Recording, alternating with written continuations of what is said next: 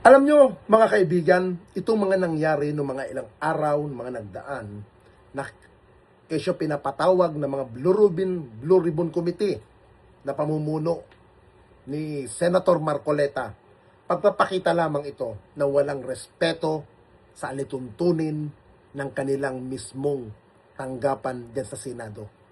Alam naman natin na may bagong liderato at may bagong chairman ang Blue Ribbon Committee. Pero, nakipag-usap ba ang kampo ni Marcoleta sa grupo ni Erwin Tulfo? Hindi porke na ganon ang nakaupo, masasabing totoong ang mga akusasyon labang kay Erwin Tulfo. Ito ako'y naniniwala ng lahat ng ito ay may halo ng pamumulitika at demolition job para wasakin si Senator Erwin Tulfo. Pero kukunan natin ng reaksyon. Oo. Ang chairman talaga ng Senate Blue Ribbon Committee Mm-hmm. at miyembro po ng Majority Bloc sa Senado, si Senator Erwin Tulfo nasa ating linya. Senator, magandang umaga, si Joel Siweng. Magandang umaga po. Magandang umaga, Joel. Magandang umaga, Weng. Opo, meron pong pulong mamaya sa Mandaluyong ang grupo ho ni Senator Marcoleta at ihaharap po ni dating kongresista Mike Defensor. May bago daw po silang 14. Initial reaction ninyo bilang chairperson ng Senate Blue Ribbon Committee, Senator Erwin?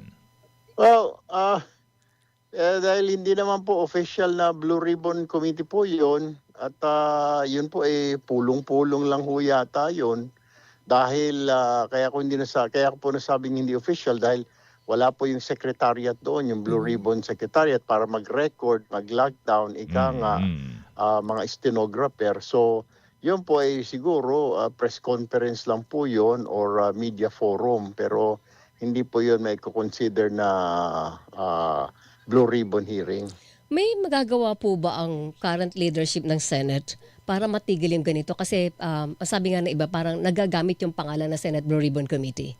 Nabibit-bit sa ilang Actually, event. pinag-aaralan na yan, Weng, ng Senate leadership. Mamaya meron kaming meeting kung anong magandang gawin kasi hindi naman po pwede na anytime hatak sila ng hatak ng kung sino-sino na mga walang kredibilidad siguro yung mga yan, mga nabayaran, turo ng turo. So, ayon sa isang interview kay NBI Director Matibag, sinasabi niya pwedeng kasuhan ng usurpation of authority.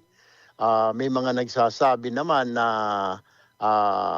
may iba pang pwedeng ikaso sa kanila kasi nga pwedeng mga after magbigay ng mga statements pwedeng sampahan ng mga kasong libel yan at saka oral defamation.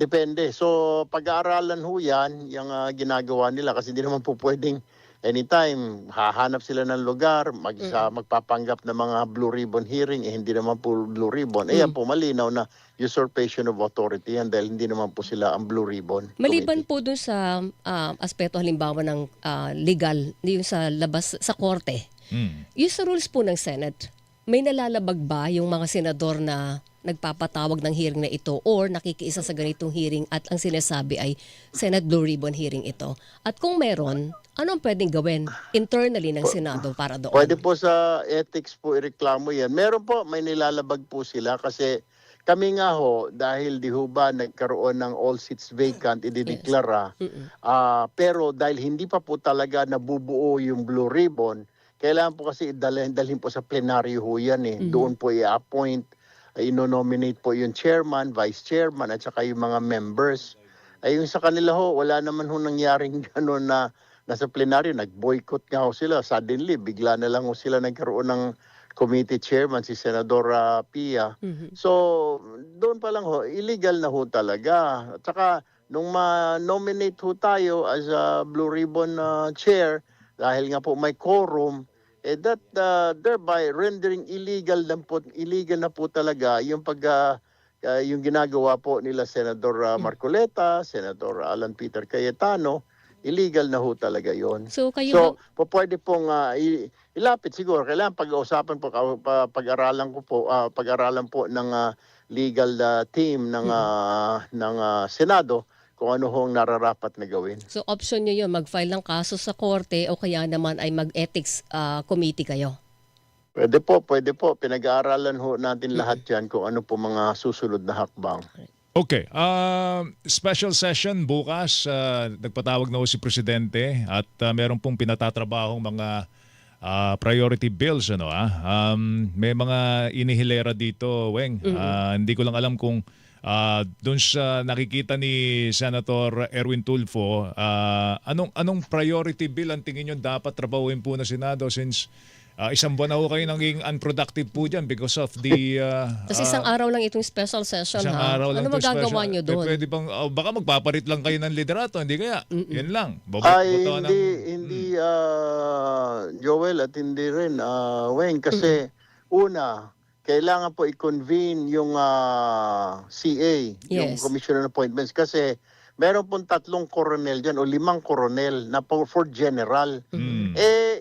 Dahil po sa na-delay ng isang buwan na ito, mukhang lalagpas na po sila doon sa requirement, yung time in grade or time in service ho nila, hindi na ho aabot. Kaya kailangan pong ang Malacanang i-extend po sila kasi kawawa naman, pinaghirapan po nila yan dahil po sa kalokohan ng ilang mga kasamahan namin, hindi pumasok, hindi po tuloy sila na-confirm, sir. So yun ang nagiging problema, isa po yan. Pangalawa, meron po tayong anti-hospital detention bill. Aprobado na ho lahat. Ang problema na lang yung may mga kailangan na lang po na may mga amendments na lamang pong gagawin. Hindi rin ho nagawa. Ito po yung anti-hospital. Hindi ka pwedeng singilin ng hospital o paiwan sa iyo yung mga ikinabubuhay mo. Bawal na po yun. Hindi rin po naipasa kasi nga po wala hong quorum. Nag-walk out ho sila. Nagkagulo-gulo na ho. Tapos meron pa po isa, yung pinamimigay ho natin kapag may bagyo, maglindol ang DSWD. Yung pinamigay po doon sa mga driver po natin nung unang sigwada po ng Middle East Crisis, yung Yes. inabot po ng DSWD, AX. yung AX po. Opo, ini-institutionalize na po natin para may pondo na siya lagi every year. Hindi na po hihingi ng pondo ng DSWD para sa ganito. Mag-institutionalize na po siya, meron na po siyang sariling pondo, may mga sariling tao na rin po. Yun po, malapit na rin po talaga. I mean, amendments na lamang po. Ang problema, hindi nga ho po nagsipasok yung mga yan at saka nagkagulo-gulo. Inuna po yung kay Bato, yung barilan. Marami pong mga, meron din po dyan yung nuclear safety na kapag may nagkaroon ng disgrasya, kunwari dahil sa Japan, may mga nuclear po, yung mga kapitbahay natin ng mga bansa. Pag yan po umabot sa atin, babayaran po tayo. Pag may mga nasaktan, may namatay mga kababayan natin because of that disgrasya ng nuclear doon sa ibang lugar, babayaran tayo. Pero kailangan po muna natin pumirma dyan sa nuclear treaty na yan. Hindi rin ho na ipapasa-pasa dahil nga po dyan, marami po nakapila na ho yan eh. Ang problema, wala pong quorum. Mas minabuti nila mag-walk out. Kaya bang tapusin yan in just one special session day, Senator? Ang dami niyong binanggit na mga dapat... Kakayanin po. Kasi kayan. pag sinabi ng period of amendments, pagkatapos noon, tatanungin kung meron pa. Kung wala na po, ayun na po. Okay na ho yun. Okay. Dadalhin na po yun sa pag nagkaroon ng...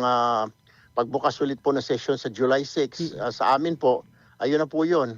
Diretso na po yun para sa Senador, going to Malacanang po yun. For Senador, yung sa signature CA, po na Pangulo. yung sa CA, magko-convene din kayo, di ba? Pero hindi ba Sa araw din po na Yes. yun. Bukas po yun. Hindi- Sa hapon po yun. hindi po ba Kasi nabago? umaga po yung special session, Weng eh. Yes, sir. Hindi po ba nabago yung komposisyon ng CA dahil nagkaroon din ng rigodon sa liderato dyan sa Senado? Kaya nga po, sa umaga po, yun ang special session. Doon po yung mag-a-appoint ng mga membership po. Lahat po ng mga committees bukas po ng umaga. Para sa hapon po, dire-diretso na po, makapag-hearing po. Ang tansya nga po, sabi po ni Acting Senate President Gatchalian, baka abutin po kami gabi, pero okay lang po, mag-overtime ho kami. Maski na alas 8, alas 9 ng gabi, tatrabahuin ho namin yan. Okay. And diretso kayo kahit 12 ulit ang quorum, 12 ulit ang present na senador. 13 na po kasi sasama na po Oo si nga pala. Senator Joel. Pero 13 na po eh. Yung 12 ninyo, solid yun, lahat yun atin bukas.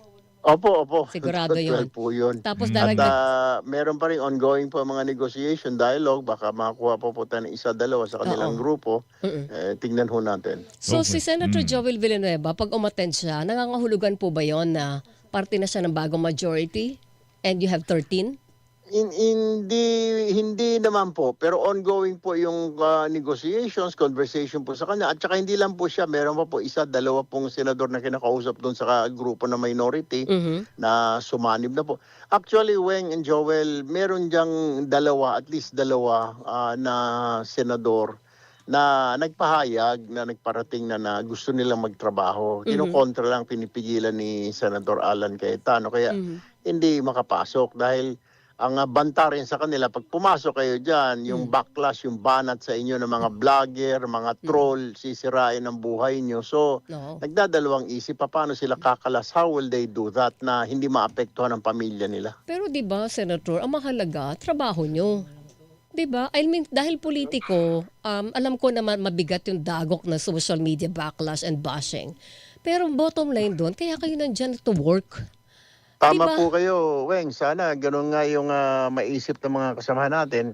So, dalawa po sa minority ang patuloy po na sinasabi lang hindi nakukonsensyon sila. Pag kinakausap po sila ng mga kaibigan nila na sa majority, yung pong gusto nila. Pero ang problema nga po, how? How will they join us na hindi tatamaan yung family nila? Kasi matindi po social media, may mga personal na po mga anak, mga nanay mo, mga kapatid mo na wala namang kinalaman sa trabaho mo, naapektuhan. So, yun po yung iniisip nitong dalawa. Lalo na yung isa po, taga Mindanao po. So, ibig sabihin nito, Senator, pwedeng umabot kayo ng 15 bukas sa plenaryo? Opo. Depende po yan kay Senator Alan kung hahayaan niya mag-attend or kukontra siya o baka siya mismo mag-attend din. Sana mag-attend po siya para the more the merrier. Ika nga ay mas maganda po yun. The more, the many-year po. Mas marami po kayo. The many. At saka yung mga paring Joel, nanyayahan ko sila na mag-attend kasi lahat na po sila, miyembro na po ng Blue Ribbon para alam na pong masabi. Pati si Senadora Marcoleta, Senador Cayetano. Ito, Senator. Cayetano. So member na po sila ng Blue Ribbon, Matic. Yun Sige, ito lang huling tanong kasi binanggit ni Presidente isa sa mga gusto niyang trabahuin po ng Kongreso at ng Senado yung Anti-Political Dynasty Bill. Tanungin ko nga kayo magkapatid, kayo ni Senator Raffy, ano ang version po ninyo ng Anti-Political Dynasty Bill? Yung ako po yung isa sa mga nag-file ng Anti-Political Dynasty Bill. Ako po yung nag-file. Yung amin pong version, wag naman pong sabay-sabay lahat. Sabay-sabay kayo dyan. Siguro palit yung isa. Pero meron din pong isa pang version na nakita ko na sinasabi hindi po pwede yung isang pamilya lang talaga. Yung sa akin naman po, hindi ko kayo po pwedeng sabay-sabay kayo dyan na asawa, si lalaki, si babae, si anak, lahat na sa pwesto, lahat na sa local government unit, di ba? So, pero okay ang magkapatid. Kami naman yung sa akin naman sa Senado, pag nakalusot ho ito, di so be it. Isa ho sa amin, kailangan bumaba. So hindi na mauulit ang Tulfo, Villar, Ejercito Estrada, Cayetano.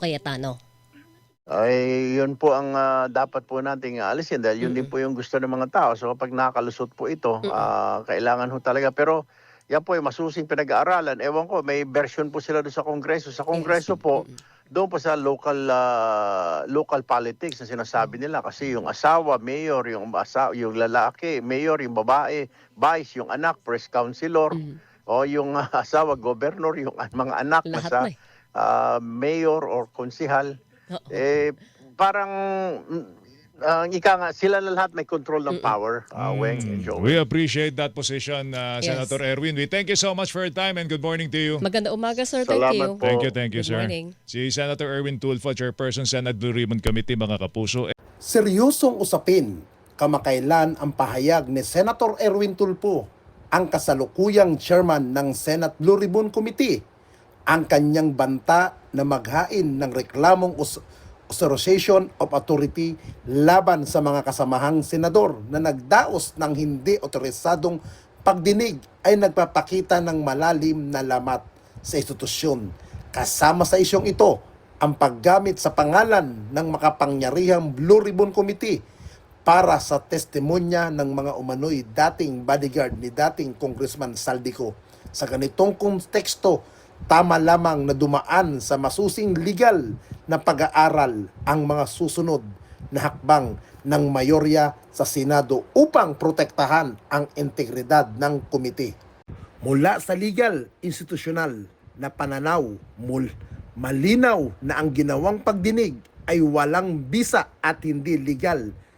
Ang Senado ay hindi isang palaruan kung saan sino man miyembro ay maaaring magpatawag ng sariling imbestigasyon kailanman at saan man nila gusto. Merong sinusunod na rules of Senate at mga istriktong protokol bago ideklara na opisyal ang isang pagdinig. Upang maging balido ang isang komite, kailangan itong formal na kilalanin ng pamumunuan, may tamang abiso sa mga miyembro at may sapat na quorum dahil hindi formal at hindi kinikilala ng Senado ang nasabing pulong.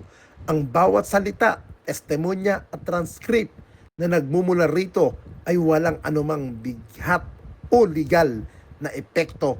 Maituturing lamang itong isang pribadong pag-uusap na binigyan ng peking bihisan ng opisyal na investigasyon. Higit pa sa isyu ng legalidad, ang insidenteng ito ay isang tahasang paglapastangan sa due process at sa kredibilidad ng Senado.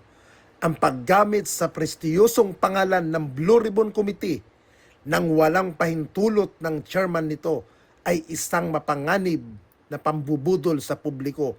Lumilikha ito ng maling impresyon na ang mga aligasyon ng mga testigo ay may basbas ng buong institusyon.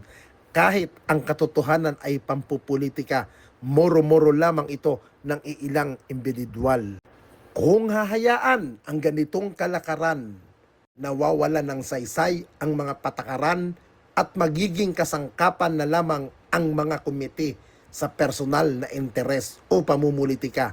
Ang hakbang ni Senator Tulfo na itulak ang reklamong separation of authority ay hindi lamang pagtatanggol sa kanyang posisyon bilang chairman, kundi isang krusada para sa pagpapanatili ng delikadesa at disiplina sa loob ng mataas na kapulungan.